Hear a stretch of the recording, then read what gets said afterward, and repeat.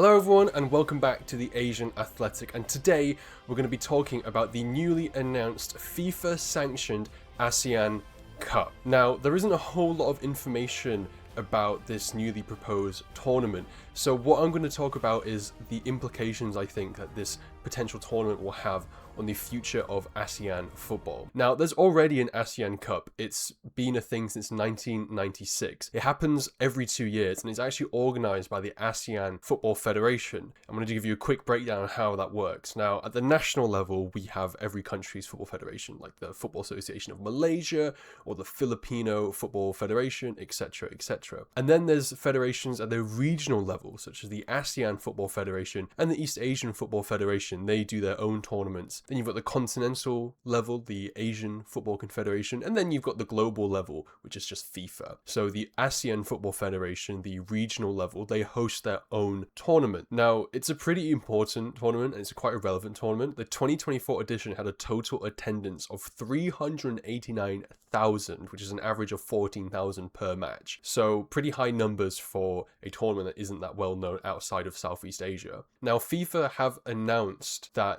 they will have a FIFA sanctioned ASEAN Cup. It's supposed to resemble the existing FIFA backed Arab Cup. This is in FIFA's words, not mine, which is a regional tournament that happens in Africa and the Middle East, where Arab countries participate. Now, similarly, the Arab Cup has existed before FIFA's version. It has existed since 1963, where it was governed by the Union of Arab Football Associations, which is kind of the Arab equivalent of ASEAN. Then, in 2024, FIFA launched a FIFA-sanctioned version of the Arab Cup. So, what gives? Why does it actually matter that FIFA sanctions the tournament if the tournament has existed beforehand without FIFA help? Well, to understand why this is important, we have to understand the FIFA International Match Calendar. This is a calendar which sets the dates where official international breaks can happen. For example, World Cup qualifiers can only take place during these international breaks. Now, there's currently 5 windows, one in March,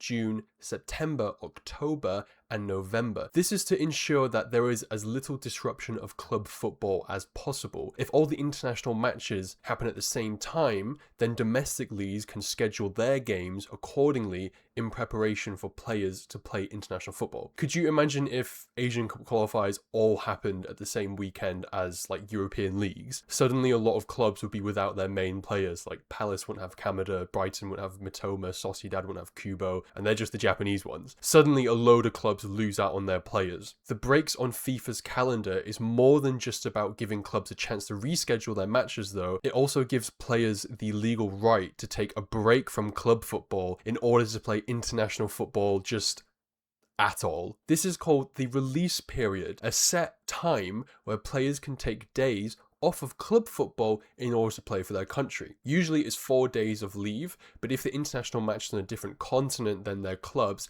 then they actually get 5 days off. This means that when there are official FIFA tournaments like the World Cup, Asian Cup, AFCON, etc., players are able to take days off club football and play for their country, even though club football is still happening. A really good example is the English Premier League and the Asian Cup. The Premier League is still played over winter, which is the same time as the Asian Cup, but because the Asian Cup is a FIFA-sanctioned tournament, players have the legal right to take days off to play for their country. It's the same with other tournaments like the African Cup of Nations. These take place at the same time as many domestic leagues. So FIFA's sanctioning is really important for international tournaments. If a tournament is not sanctioned by FIFA, it means that it's harder for countries to call up players because their players might not be able to or be allowed to get time off of club football. For example, the East Asian Cup, hosted by the East Asian Football Federation, is not an officially FIFA-sanctioned tournament. That's why you rarely see big-name players being called up by the participant countries, because it's hard for these players to get time off. The clubs are under no obligation to let their players take time off because it's not a FIFA-sanctioned tournament. So just as an example, South Korea, they play in the East Asian Cup, and they want to call up Kim Min-jae. He plays for Bayern Munich in Germany,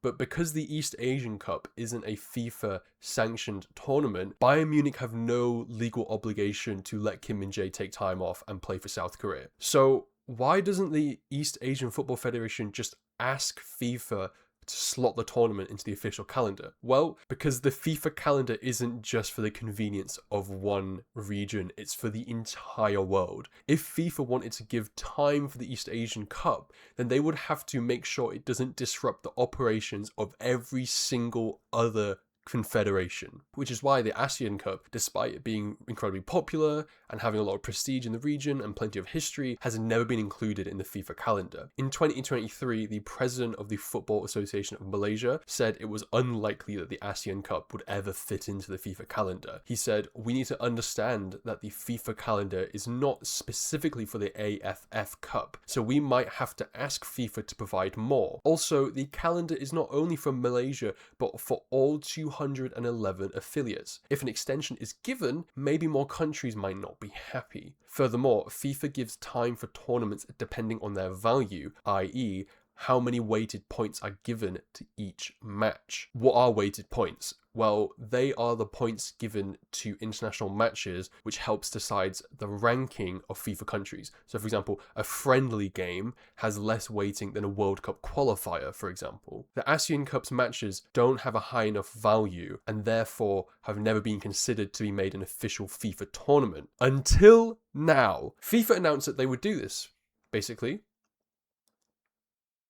And there's been no other details. That's basically it. FIFA will do this. So why did they announce this? Why are they going to do this? Here's my theory. ASEAN countries are getting more and more players who play in foreign leagues, particularly in Europe. Although the majority of ASEAN national teams are formed of players who play in ASEAN leagues, there is an increasing number of players who play in nations such as Japan, the Netherlands, Norway, Switzerland, the United States, etc. Now, ASEAN nations are generally quite weak internationally and don't always qualify for major tournaments, so the ASEAN Cup was always good to develop these countries and increase competitiveness in this region. However, if ASEAN countries can't call up their best players from Europe, then they can't take advantage of the ASEAN Cup and therefore improve as a nation. I think FIFA recognizes this and they want to give ASEAN countries a chance to play at their best. Now, for the main reason, it's money. The ASEAN Cup brings millions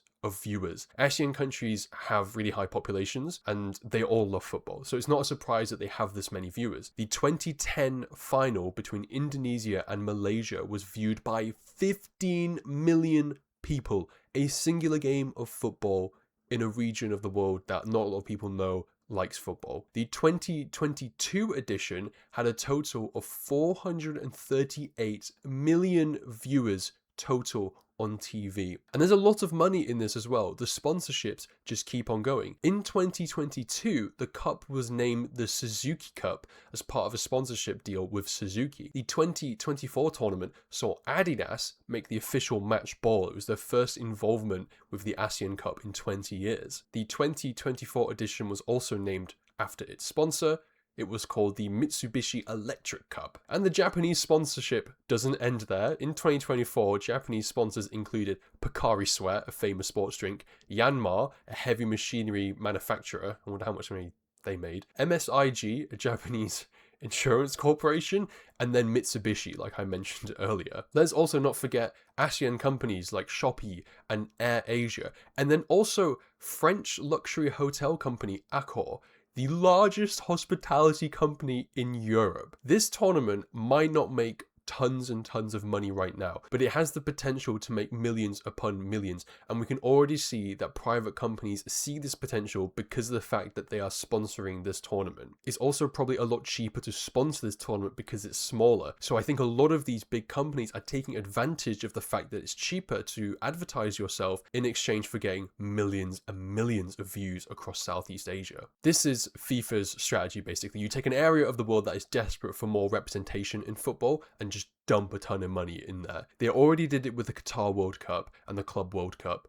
Both generated billions for giant corporations that sponsored the games. If FIFA make this tournament official, it will allow countries to call up their more prominent players, bringing more attention to the tournament and therefore making more money for its sponsors. FIFA profits because they get lobbied by corporations, and then these corporations benefit because they get loads of global attention through football. Now, what's in it for ASEAN countries? Currently, the winner of the tournament gets $300,000. It's not much compared to other tournaments. For example, the Asian Cup winners only get $5 million. But for countries like Vietnam, the current champions, that's a gigantic sum of money. Not to mention that the runners-up get $100,000 too. That's not too bad. I would hope to see that the prize pools increase in accordance to the revenue that these tournaments will generate going forwards. Because if not, then FIFA is profiting and making loads of money, and then none of that extra money is being seen by the ASEAN countries who take part in the tournament. I personally think that this has the potential to be very beneficial for ASEAN football, but my main worry is that it's just a front for giant companies and FIFA to make a ton of money. However, if it's handled well, I think it will basically just be a continuation of the existing ASEAN Cup, but it accommodates for more international call-ups. When ASEAN football continues to grow,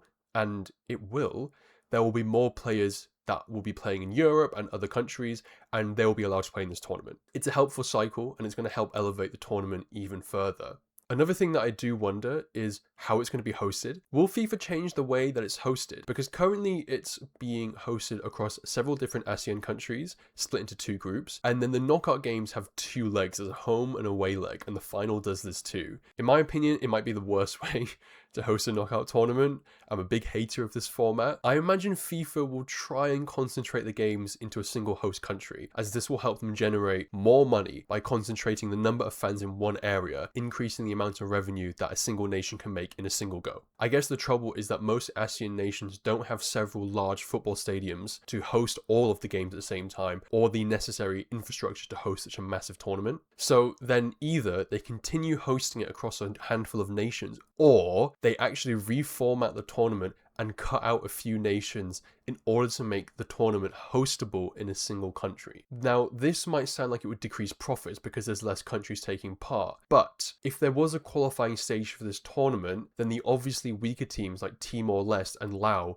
wouldn't qualify. These countries don't bring as much revenue to the tournament as countries such as Indonesia or Thailand do. I think FIFA would be fine with it because if you cut out a couple countries, yeah, sure, you lose the money that they might bring in, but in exchange, you make more money by having it hosted in one location. I also wonder what will happen to Australia, because Australia is actually technically a part of the ASEAN Football Federation. However, the ASEAN Football Federation has banned them from playing the ASEAN Cup because there are fears that Australia would just dominate the tournament and decrease competitiveness, which would absolutely happen. I wonder if FIFA might override this to increase profits though, because Australia's football market is huge. I think that is the absolute worst case scenario. But I also think that if FIFA wanted to do that, they wouldn't do that anytime soon. If they plan on doing it, they would only do it after a few editions have been played so that people don't immediately riot and burn the whole continent down. So what do you think? Do you think it's a good idea? Do you think it's pointless?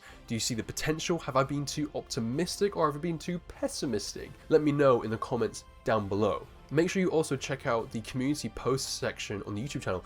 I'm very active in there. I post polls down there to let you, the viewer, decide what kind of content you want to see in the future. And if you do want to stay up to date with Asian football, then make sure you follow our Instagram. There you'll find all sorts of cool mood boards and other posts, and they'll come straight to your feed. That was today's video, and as always, see you later.